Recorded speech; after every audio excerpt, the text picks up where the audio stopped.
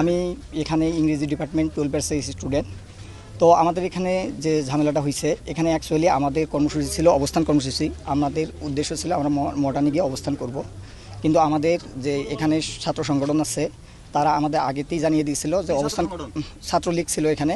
তো ওরা আমাদের জানিয়ে দিছে যে এখানে হচ্ছে আপনাদের অবস্থান কর্মসূচি করা যাবে না, আপনারা হচ্ছে পদযাত্রা করেন। আমরা সেটাতে একমত হয়ে আমরা এখানে পদযাত্রা করার জন্য ইচ্ছুক ছিলাম, কিন্তু তারা পরবর্তীতে আমাদের আরও ফোর্স করে আমাদের যে সবার সাথে কথা ছিল আমরা হচ্ছে পদযাত্রা করে চলে আসব।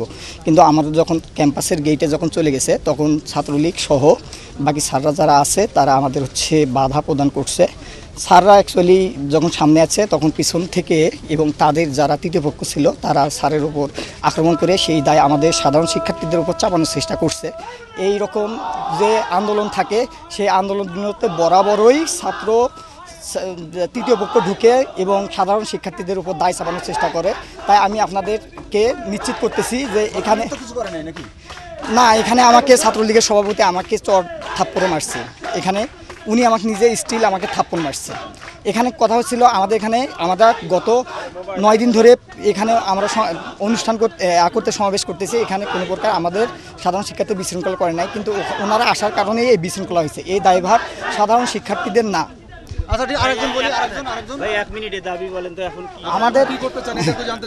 আমাদের দাবি আমরা এখন বর্তমানে এক দফাতে পৌঁছাইছি, সেটা হচ্ছে সকল প্রকার অযৌক্তিক কোটাগুলো, বৈষম্যমূলক কোটাগুলোকে দূর করে প্রথম থেকে চতুর্থ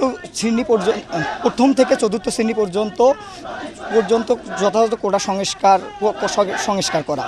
আর এখানে আমাদের হচ্ছে বিচার বিভাগের সাথে আমাদের কোনো সম্পর্ক নাই, আমাদের সম্পর্ক হচ্ছে নির্বাহী বিভাগের কাছে। কারণ আপনারা জানেন সংবিধানের 29 নম্বর অনুচ্ছেদে বলা হয়েছে সরকারি চাকরির ক্ষেত্রে সকল নাগরিক সমান সুবিধা ভোগ করবে। কিন্তু এখানে আরও আছে যারা অনগ্রসর জনগোষ্ঠী আছে, তাদের জন্য একটা নির্দিষ্ট কোটা ব্যবস্থা থাকবে।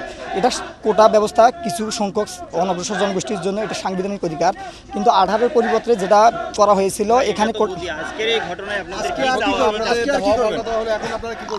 এখানে আমরা সাধারণ শিক্ষার্থীরা আমরা এখানে শঙ্কিত আছি। তো আমরা চাচ্ছি, সাধারণ শিক্ষার্থীরা চাচ্ছি যাতে আমাদের এই ব্যাপারে আমাদের পরবর্তীতে কোনো সমস্যা না হয়।